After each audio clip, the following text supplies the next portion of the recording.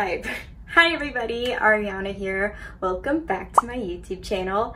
Today I'm cooking a Filipino soup called PANCIT MOLO, which originates in the Molo district of Iloilo City in the Philippines. And in this video, you'll be learning 3 different things. 1 is how to make a homemade chicken stock. 2 is making the pork and shrimp dumplings themselves.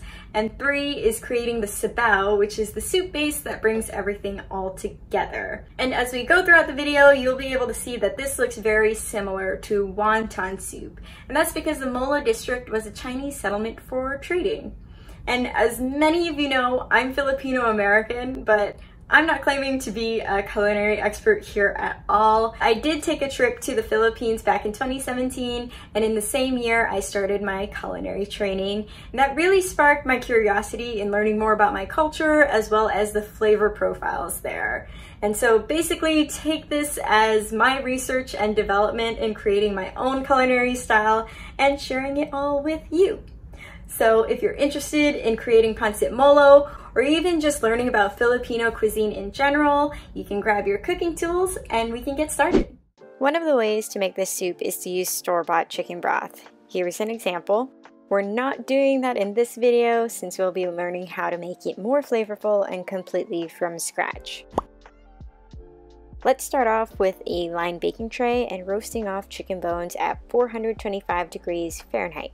These are leftover bones I've stuck in the freezer after other dinners I've made, and this is going to give us layers of flavor within our soup.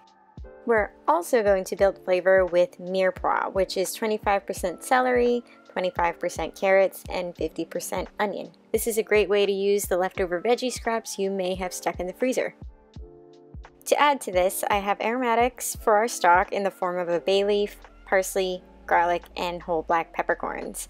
Feel free to use any ingredients that you like tasting in soup and use whatever you have. This chicken stock will be simmering for quite a while, so cut your washed veggies in larger pieces so they don't completely disintegrate within the liquid. Keep in mind, you don't need to peel, and we're throwing our onion skins in there too. Then give your garlic cloves a smash to help them release their oils. So it's been about 30 minutes and I'm taking my chicken bones out of the oven. What you're looking for is browning and of course fond, which I covered in my chicken with mushroom cream sauce video.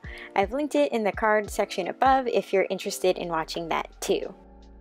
To get all of this fond off of the mat, I'm pouring some water to lift all those goodies up. Then I'm going to set this tray aside while we work on our stock pot.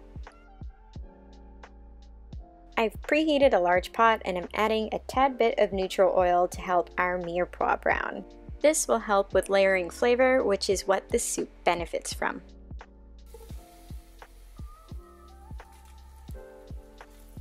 I'm letting this sweat for a bit until there's some fond at the bottom, and then I'll be adding my roasted chicken bones. Don't forget to scrape off any bits from the tray along with the water we added earlier. Then fill your pot with enough water to cover all the food inside of it by more than an inch or so. I'm bringing up my water to a boil, then lowering it to a simmer to skim scum, which are impurities from the ingredients we've added to the pot. We're going to skim this along with the fat that has risen to the top of the liquid using a ladle. This is so our stock isn't cloudy and has a clearer, more pronounced flavor.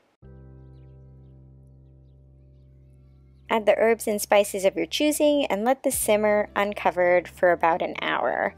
Of course, skimming scum as it arises. Taste along the way to adjust for timing, and as a tip, don't season with salt.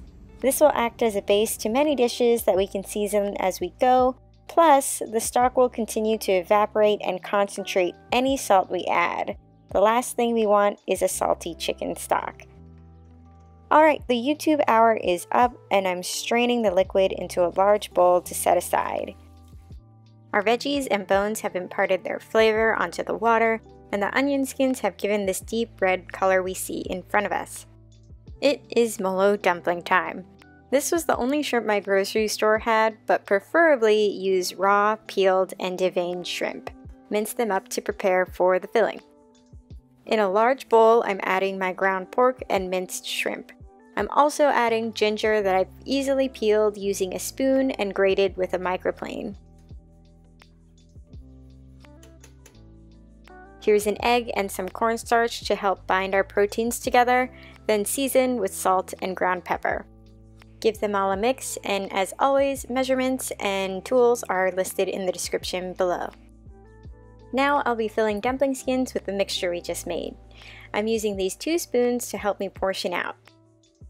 Before, I used to portion out each time I fill a wrapper, but I found this conveyor belt method a lot faster since I don't put the spoons down. Here's just a small bit that I'm using as an example, and I also have water and my dumpling skins at hand. To make sure my skins don't dry out, I'm laying a lightly damp paper towel on top while they're not in use. Time to fold. There are many ways to do this, but I'll be showing you 2 ways. Okay, so think about the water as glue here. Place your portioned out mixture on top of your wrapper and roll one corner over your filling. Attach it to the back of your wrapper using water.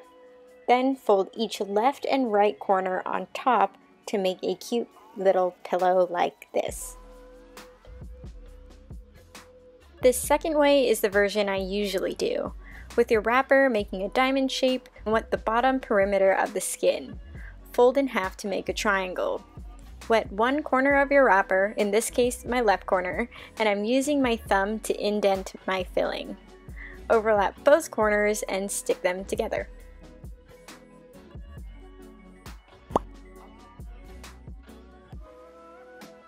We're now prepping the ingredients for our soup. Here you see me dicing an onion and placing it in a container. Do the same by mincing some garlic. These 2 will act as the basis of our soup. Then I'm separating bok choy leaves and thinly slicing scallions to add later on. I'm preheating the stock pot I used earlier on medium heat and adding neutral oil. In goes our onions to sweat, then I'm adding garlic. This will cook until the garlic is slightly beige in color. Once we're there, I'm taking the chicken stock we made earlier and filling the pot with about 6 cups or as much broth as you want for your soup. Bring to a boil, reduce to simmer, and add the molo dumplings we made earlier.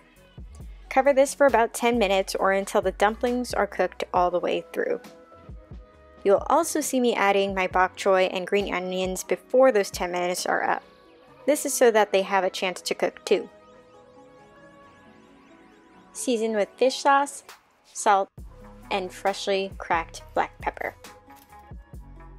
Adjust to your taste and shut off the heat. I'm ladling mine into a bowl, and to add brightness and acidity, squeezing lemon onto it. If you have calamansi, even better.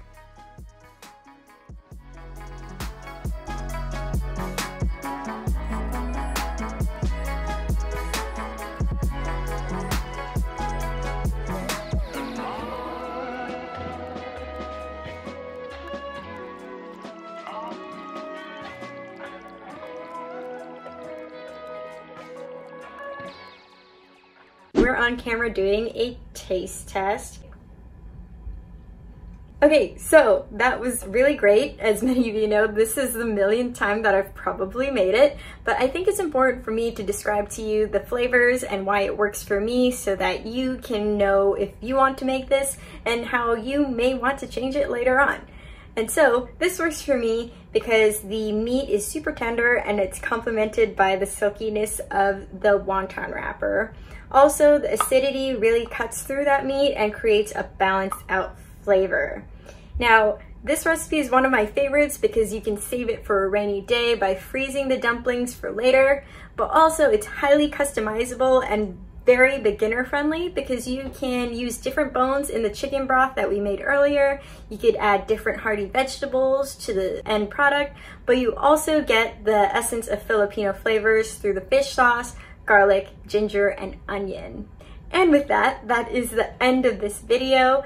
Hopefully you learned something new and enjoyed it. If you did, I would really love if you could give me a thumbs up, left a comment below, and if you haven't already, subscribe to this channel for more videos I'll be pumping out in the future. And as always, I've left my social links down in the description below and on the screen, so if you choose to make this at home, you can tag me so that I can see it. So thank you so much again, and I'll see you in my next one. Bye.